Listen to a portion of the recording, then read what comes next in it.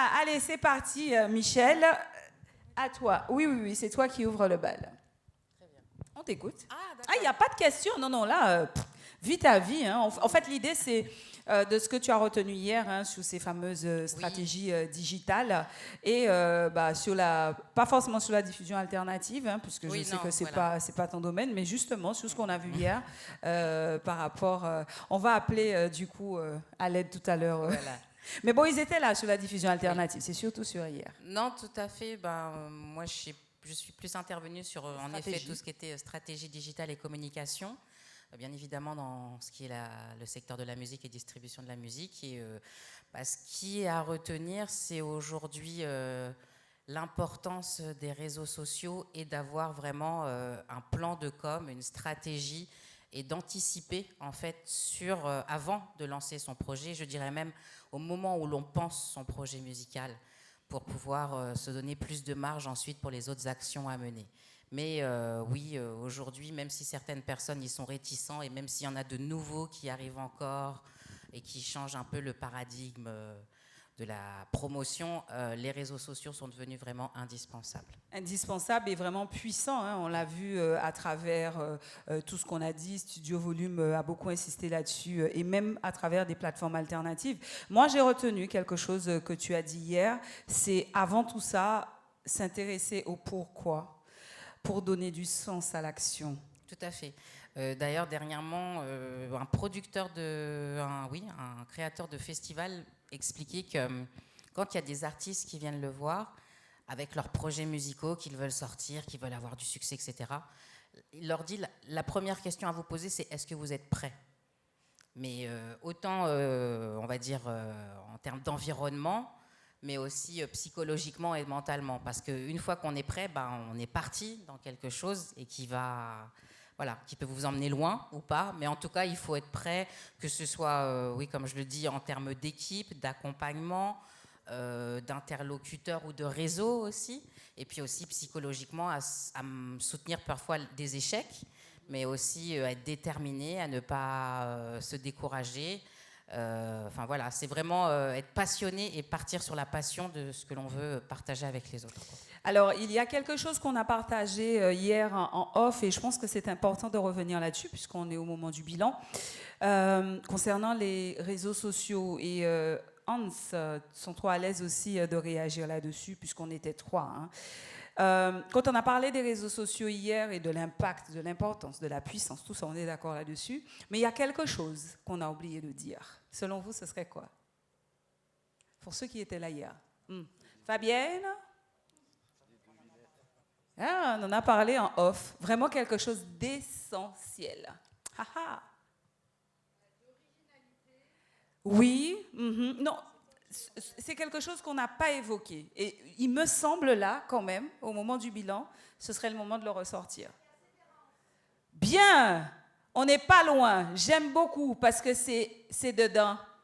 Donc, qui dit persévérance dit courage, constance. Mais quel est l'élément? Travail, discipline. Heureusement, nous sommes revenus à ce sujet-là. Mais en fait, tout ça, ça se fait dans le temps. Construire une communauté et obtenir surtout des résultats sur les réseaux sociaux. Tu peux y aller, je t'en prie. Oui, Michel. tout à fait. D'ailleurs, hier, quand j'ai fait mes speed meetings, l'artiste n'est pas là, mais les nouvelles générations sont pressées. Je veux sortir un single, je veux mon clip. Ah, pourquoi j'ai pas de vue? Je veux le succès tout de suite. Non.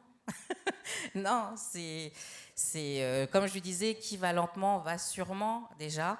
Et ça ne se déclenche pas en un claquement de doigts. Les cas qu'il peut y avoir sont des exceptions, et encore. Mais en effet, il faut savoir être patient et les choses vont se dérouler et se faire au fur et à mesure. C'est pas si évident que ça parce que si tu veux, et c'est encore autre chose qu'on a discuté off, désolé, on revient là-dessus, mais c'est parce qu'aussi l'industrie et le mode de fonctionnement, on parlait de streaming, on a pris un exemple très simple. Qui c'est qui m'a parlé de 46 titres dans une année? C'est toi, Hans. Dans combien de temps? Voilà, il fallait sortir 46 titres pour qu'on puisse estimer que vous êtes rentable. Mais vous vous rendez compte, 46 titres, ça représentait à mon époque, quand on faisait de vrais albums, on faisait des pochettes et tout, c'était des projets qui pouvaient aller sur 10 ans. Et là, voilà quoi, ça va très très vite. Donc ce sont des paradigmes en fait qui sont complètement différents. Mais je pense qu'il était important de revenir sur cette histoire de patience parce que du coup, ouais, on est souvent en porte-à-faux par rapport à ça. Entre ce qu'on demande, le marché, et aussi la réalité qu'il faut. Et c'est vrai qu'il peut y avoir une vision biaisée justement par ce que diffusent ou montrent les réseaux sociaux qui ont l'air de dire oui, bah, la musique, ça se fait comme ça, le succès, c'est comme ça, j'ai ma chaîne en or, c'est comme ça. Enfin voilà, c'est... Tout ça, c'est du rêve, mais du fantasme, en fait. C'est pas la réalité. Et, ok, ça nous fait sortir un peu parfois de nos stress, bulles ou quoi que ce soit, ça nous détend, mais c'est pas ça qu'il faut prendre en référence de vie. Merci beaucoup, Pascal Beltan, pour cette intervention. Si quelqu'un veut... Qu'est-ce que j'ai dit, moi? Michel, oh là là là là, ça va plus. Heureusement que ça se termine tout à l'heure, là, du coup. Mais c'est joli, Pascal Beltan, hein. Bon, merci Pascal. L'un des intervenants qui était là, s'il veut compléter, hein, surtout sur cette partie, ces parties stratégie, réseaux sociaux, non, c'est bon, on a tout dit. C'est bon, lui, il est déjà en vacances, hein, c'est fini. Hein. On va continuer avec Pascal, voilà, sur eh bien, l'exportation des créations guadeloupéennes et le maillage du territoire. Alors, pour enchaîner avec ce que vient de dire Michel, moi, je retiendrai quand même la notion de communauté au sein d'un secteur d'activité. Donc, on parle souvent de communauté sur les réseaux sociaux. Voilà, un projet, un artiste se crée sa communauté. Et au-delà de l'intérêt du côté promo, c'est le côté échange et partage, moi, que je retiendrai.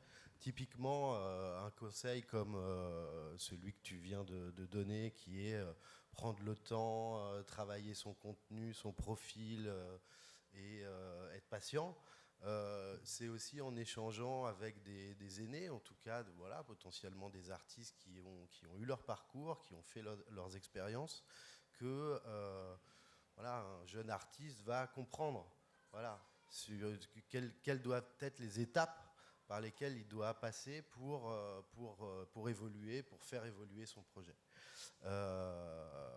Pour revenir au sujet qui me concerne plus directement, encore une fois, je pense que c'est au travers du fait de fédérer et de se rassembler dans l'idée de promouvoir la scène du territoire. Je pense que c'est typiquement au travers d'une démarche collective d'acteurs, d'opérateurs locaux permettant d'identifier, de repérer des initiatives artistiques qu'il va être particulièrement pertinent et efficace de présenter peut-être chaque année au travers d'un dispositif une sélection d'artistes, un panel d'artistes, voilà, et d'en faire la promotion.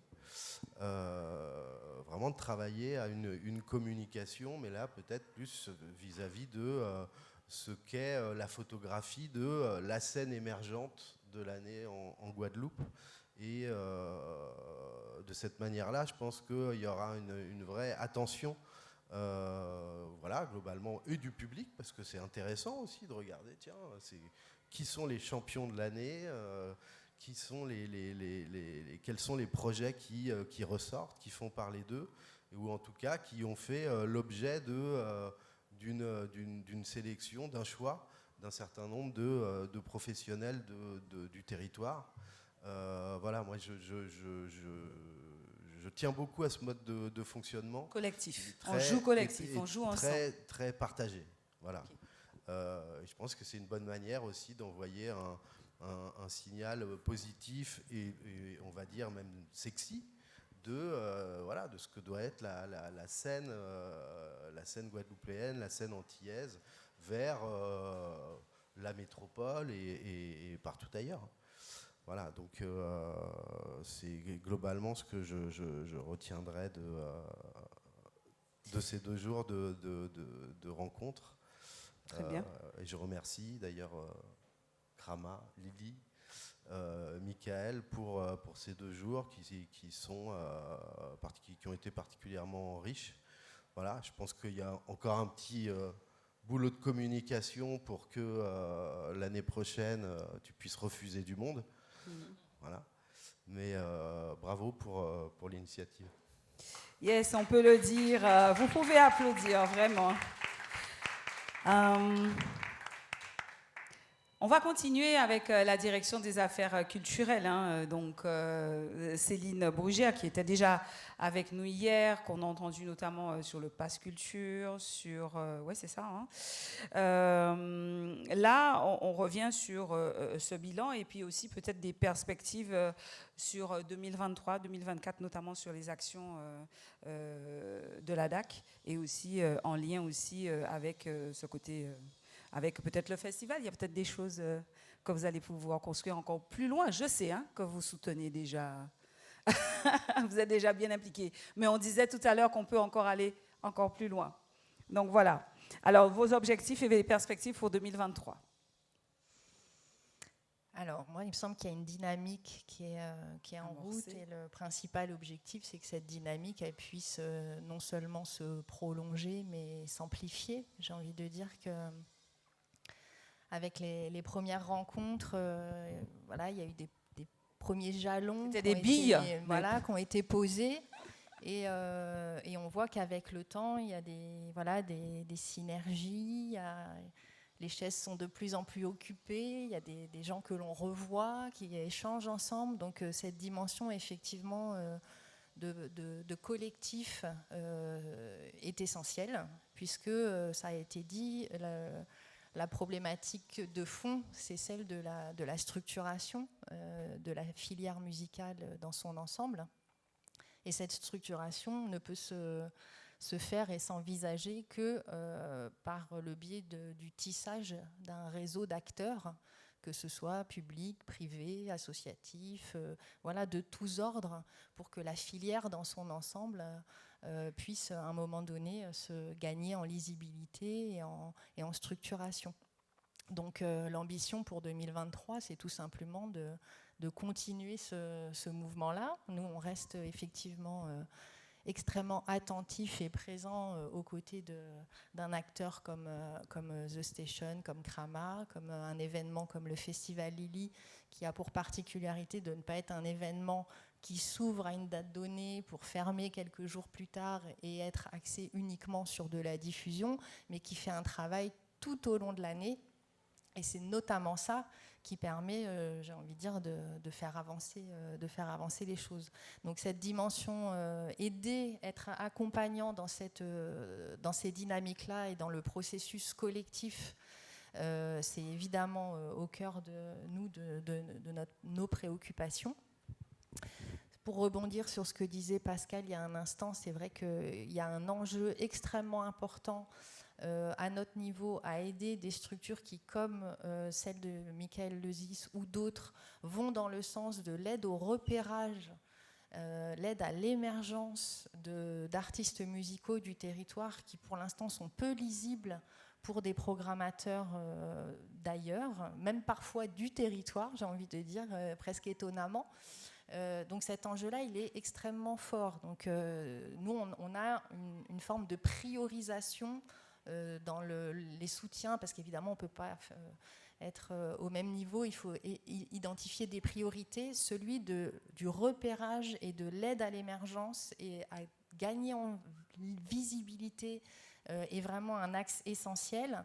Il y aurait effectivement matière, il y a un axe de travail important sur des sujets tels que ce qui a été évoqué tout à l'heure. Vraiment, je vais vraiment dans ce sens-là, que des professionnels, des acteurs du territoire identifient par le biais de tremplins, de concours, de s'inscrire dans quelque chose de national, comme un dispositif comme le Buzz Booster par exemple, pour qu'il y ait des représentants de la Guadeloupe qui aillent dans des mécanismes entre guillemets nationaux à la clé desquels il peut y avoir tout un programme d'accompagnement des artistes qui se retrouvent lauréats, des programmes de diffusion, et ça permet après effectivement que les artistes et ce mécanisme d'information, d'accompagnement qui va leur permettre, les aider dans le fait de sortir du rêve et de cette espèce de réflexe d'immédiateté, d'être comme ça, celui qui a fait le buzz en un moment, et puis voilà, ce qui en général dure assez peu longtemps pour lui, pour être dans un mécanisme d'ambition, de projet, de stratégie. Et c'est ça, mettre les chances de son côté pour après envisager effectivement faire carrière. Donc nous, on est vraiment à l'écoute de ce type de projet-là. Je rejoins ce qui a été dit sur cette idée de construire un projet dans le temps et pas répondre à une espèce d'urgence de création qui va faire qu'il y aura peut-être eu une bonne idée au départ, que ça va faire un petit truc sur les réseaux au niveau local, mais que il n'y aura pas eu cette construction de projets artistiques, parce que nous, au niveau de la direction des affaires culturelles, ce qui reste au cœur de notre sujet, c'est vraiment les artistes et la création artistique. Et aussi le rayonnement du territoire. Parce que le buzz, c'est un moment, mais quand on s'inscrit dans une dynamique avec ce rayonnement, ça... Voilà. Oui, mais le projet artistique, c'est effectivement quelque chose qui demande du temps. Absolument. Et pour que ça rayonne, il faut que ça ait atteint un degré de maturité suffisant pour que ça puisse convaincre au bon moment les programmateurs, etc. Et donc là, on est vraiment, nous, sur cette question de l'aide à l'émergence, au repérage, parce que, évidemment, là, j'enfonce une porte ouverte, mais on est sur un territoire où il y a énormément de talent, il y a un potentiel exceptionnel, un territoire qui a énormément de choses à dire, une jeunesse qui a énormément de choses à dire et qui, me semble-t-il, l'a exprimé assez clairement il y a peu de temps. Donc il y a aussi effectivement besoin qu'on puisse mettre une méthode en place pour aller dans le sens d'une construction de dialogue partagé entre les acteurs de la filière, entre les institutionnels. Là, il y a une méthode à construire. J'ai envie de dire qu'on a un grand chantier devant nous, mais il est très beau, il est très riche. Il est très riche au sens de la richesse des talents, mais il est très riche aussi au sens du potentiel économique qu'il représente, dont il serait bon vraiment que le territoire prenne conscience. Il y a vraiment quelque chose à construire à cet endroit-là, notamment aussi sur ces questions d'emploi qui sont des questions fondamentales pour le territoire. Et donner le temps à la création, c'est aussi construire des parcours d'artistes selon des mécanismes vertueux qui vont permettre, quoi qu'on en dise, à certains sur le territoire de pouvoir accéder à l'intermittence du spectacle, parce que quand on pense un parcours correctement, il est possible à un moment donné d'y arriver. Voilà. Mais il faut avoir une stratégie en place et il faut à un moment aussi s'inscrire dans un cadre de travail où il y a des choses qu'on accepte, des choses qu'on n'accepte pas. On sait pourquoi on les accepte, on sait pourquoi on ne les accepte pas. Les choix sont éclairés et permettent d'aller vers une professionnalisation qui va permettre d'avoir ce temps de pouvoir vraiment penser une carrière et pouvoir à un moment donné être à l'image de ce que la création musicale de Guadeloupe mérite pleinement. Merci beaucoup, Céline. Ça s'applaudit. Est-ce que vous pourriez juste préciser ce que c'est que le Buzz Booster ? Peut-être que ça peut intéresser certains qui écoutent. Le Buzz Booster, c'est un concours au national ?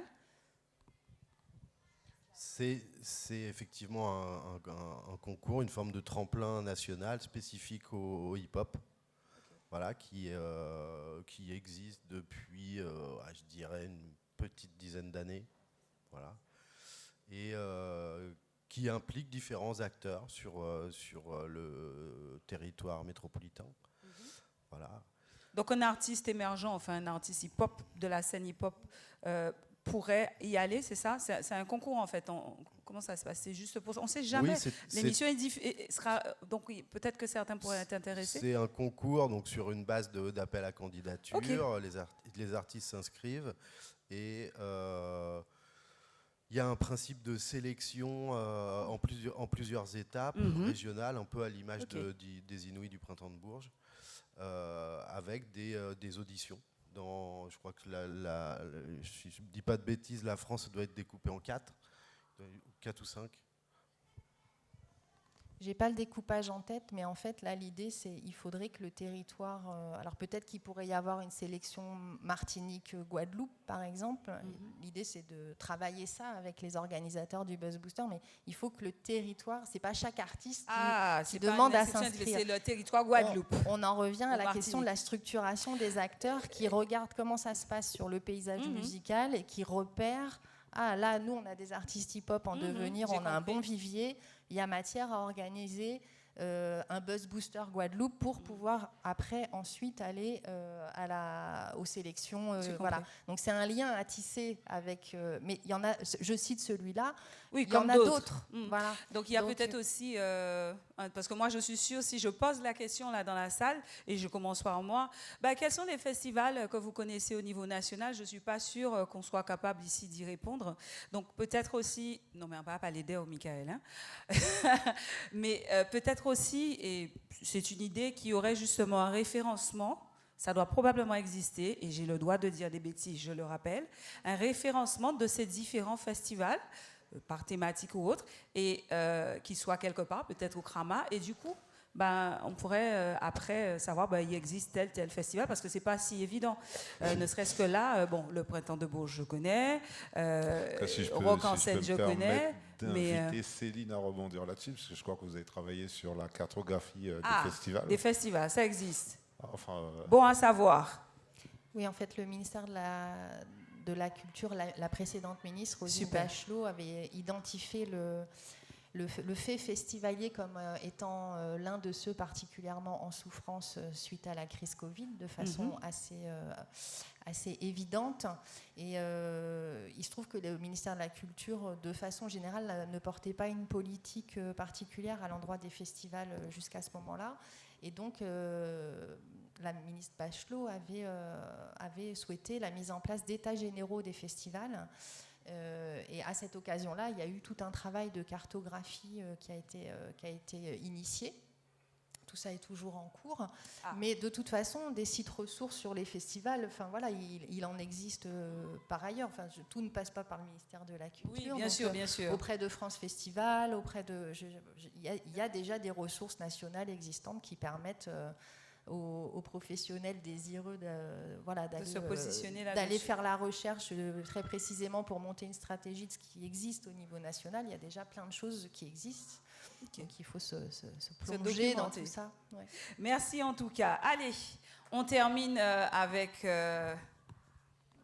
Monsieur Michael Lozis, s'il vous plaît. Est-ce que vous pourrez vous lever? Désolé, hein, Michael, je sais. Non, j'ai le droit de faire ce que je veux. Hein?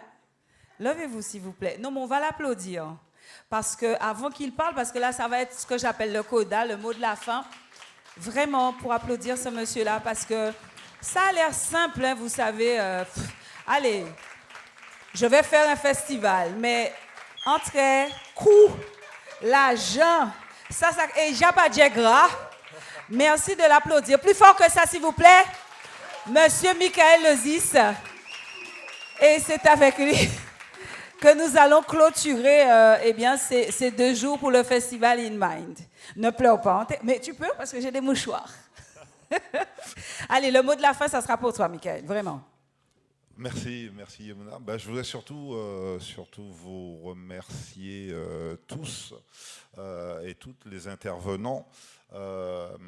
Oui, avant tout, je voudrais aussi remercier Carré Culture et Loretta Monique, puisque on a co-construit en fait les rencontres professionnelles sur lesquelles on a partagé aussi, on a travaillé aussi avec Pascal et Yamuna. Donc merci déjà à vous. Dans le cadre de ces rencontres professionnelles, de m'accompagner et de pouvoir enrichir en tout cas la réflexion autour de la mise en place de cet événement-là. Non. Je vais aussi remercier tous les intervenants, pour la qualité de l'expertise qu'ils amènent sur le territoire. Voilà, l'important pour moi, en tout cas dans la construction de l'événement, c'est pouvoir partager avec le public le fait de pouvoir avoir à disposition toutes ces personnes-là et qu'elles puissent vous apporter un maximum d'informations pour le développement de vos projets, quels que soient les niveaux où vous en êtes dans vos développements de carrière, dans votre gestion de label, dans vos logiques de réflexion sur comment aborder ces professions-là. Voilà. L'essentiel pour moi était de pouvoir mettre à disposition de vous tous, en tout cas, un maximum d'informations. Et par rapport à ça, je voudrais remercier, je remercie tous les intervenants qui ont accepté de pouvoir prêter leur concours, sortir de leur activité, d'être disponibles là pour vous. Moi, je pense que c'est déjà avant tout eux qu'on doit applaudir. C'est vraiment eux les experts. On peut faire ça, et vraiment, ils ont été extrêmement généreux. Bravo à vous.